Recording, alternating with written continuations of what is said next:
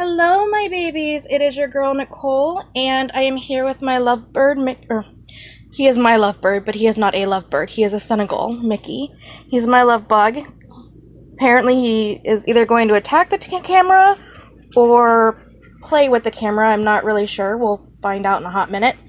Um, I wanted to talk today about fibromyalgia because I wanted to fill you in. I am having a flare up.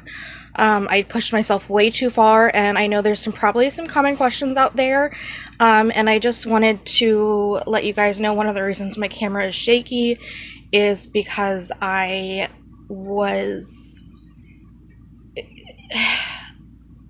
debating on how much to tell you guys right off the bat. You'll probably hear about it eventually, and because it is a big part of who I am, I was given meds as a child for mental health that I shouldn't have been given. So I shake all the time, 24/7, varying degrees. So if my camera's shaking, that's why, and I apologize. I don't have a setup right now for the camera not to shake.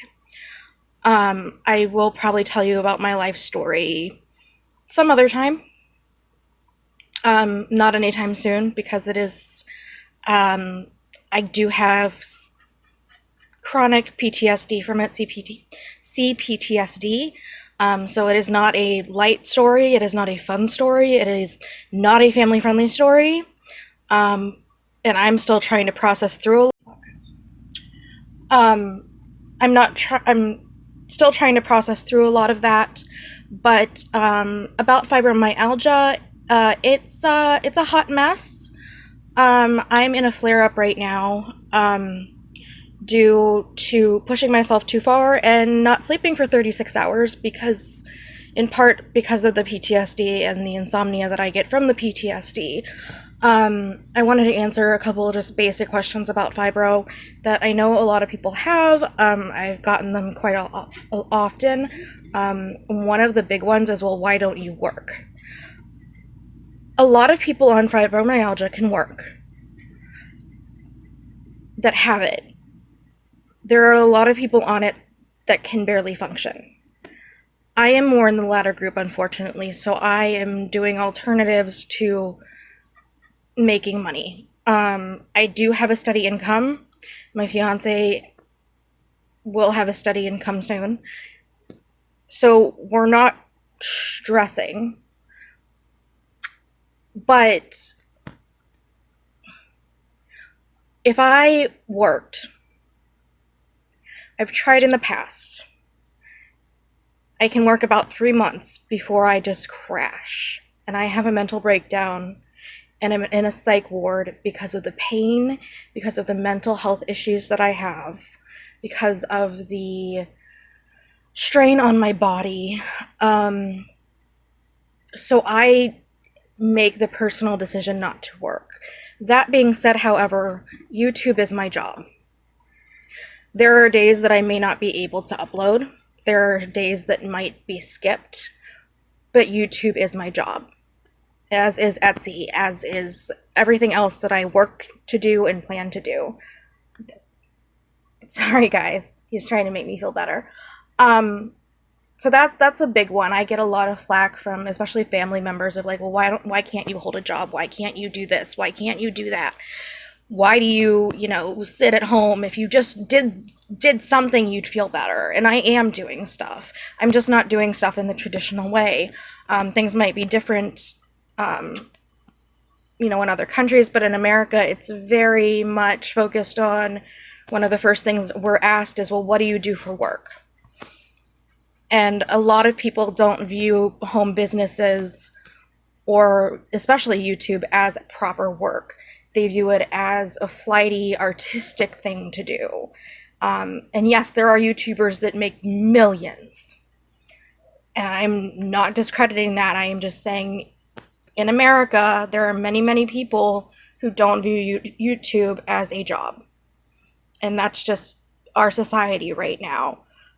Do I think it's a job? Yes. Do I credit those people because they had to fight tooth and nail? Yes. And I appreciate them and I love them for it. But it's not considered a traditional okay job to have. My mom especially, she's like, well, it's not, why don't you just get a 9 to 5? Everybody wants the dream job of owning their own business, but very few people can afford it, and those people that do make it have to pay a lot of taxes, so why don't you just do what everybody else does? And I'm not my mom. I will never be my mom. In future videos, you might understand why I say that, but I'm not that kind of person. I am a forge your own path, work your butt off, and do what you can do. And a lot of people don't see that because they don't see me at home when I'm crying because I can't do the dishes, when I'm crying and trying to push through to vacuum or clean the floor, or there's limits that actually my fiance has had to put on me of like, okay, you're not, you need to stop because the fibromyalgia is so bad in you that I'm not letting you continue, because if you continue, you're going to get in a flare-up. And I am definitely one of those people that I have to always be doing something. My hands always have to be busy, whether that's just who I am or the PTSD or the anxiety in me. I always have to be doing something. My brain always has to be active, and my hands always have to be moving around or functioning. It's a wonder I haven't started smoking, to be quite honest. But a lot of people look at me and say, well, you don't have a job, especially in the US, and I'm not saying any of you that are watching this right now would say that to me or, thought about anything like that, but a lot of people in the US well, you're lazy because you don't have a job. You don't have a traditional 9 to 5 where you go work for somebody else and kill yourself for someone who doesn't care about you. So that's why I do what I do. I'm sorry I did go on a little bit of a tangent there. Another big thing for fibromyalgia is, again, kind of ties into, well, let's just catch up, let's meet, let's hang out, let's do this, let's do that. Family functions especially. For me especially, they're super draining because my family's toxic. I love them, and I will always love them. But I also have to acknowledge that they're toxic. Not all of them, but certain people are. And it's a matter of choosing between, okay, do I go to work for the next week? Or do I spend one 8-hour day with my family that seriously stresses me out, that doesn't understand and doesn't get it, that pushes me to do things that I physically can't do, or mentally can't do?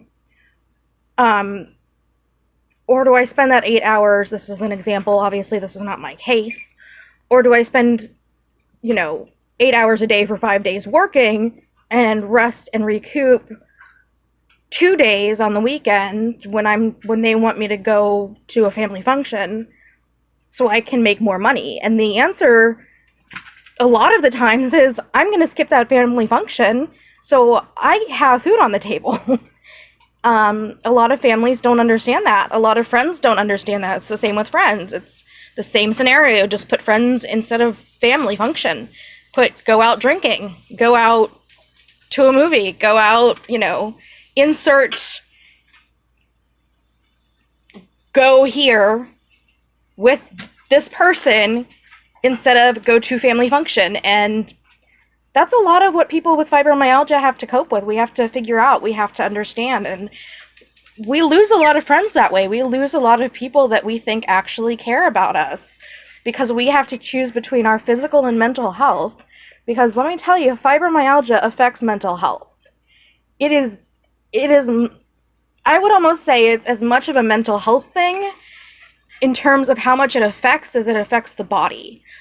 Just because I want to go out places. I want to have fun. I want to be a young 30-year-old that doesn't have these problems. I want to work a full-time job. I want to have kids. I want to go partying. I want to go to, parties. I want to go drinking. I want to do all these things, and I can't. I want to clean my house.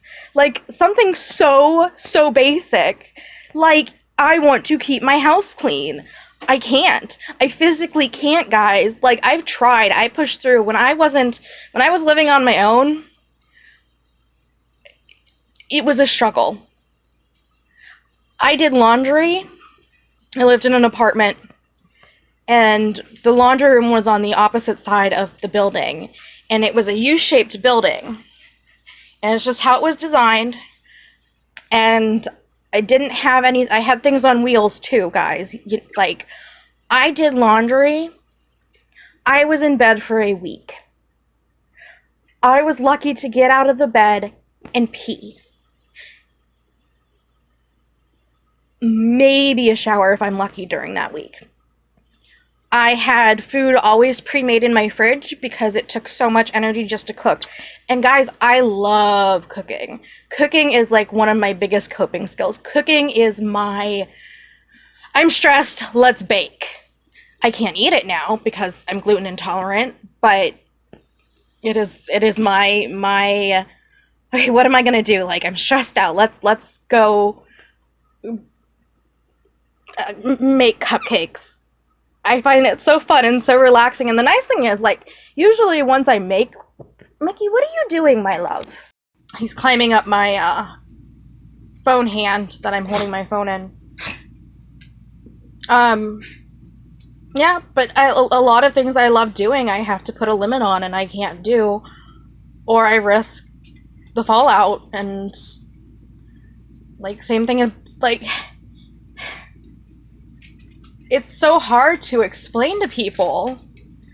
Like, I can't even do the basics, y'all. Like, my fiance has to help me get a shower. Like, it's not fun. It's not a fun existence. One day I hope to be better. I do think that it's not just fibromyalgia. I got that diagnosis in less than a month. I think there's something else that the doctors maybe don't know about yet or haven't figured out, but they kind of just labeled me really quick because they knew I was moving to Florida and didn't really want to, or maybe just didn't really want to deal with it. The neurologist that I dealt with probably didn't want to deal with it. And she's the one who said, okay, you're fibromyalgia. Is there anything else, honey, that people say to me a lot or I rant about in terms of, like... Not all fibro is the same, that, like, it's more a label for who knows what. Yeah, that's true. A lot of people are like, oh, well, I have this, or I know a friend of a friend who has fibromyalgia. Okay. And I usually go, let me stop you right there. Because fibromyalgia is not... It is a catch-all. It is a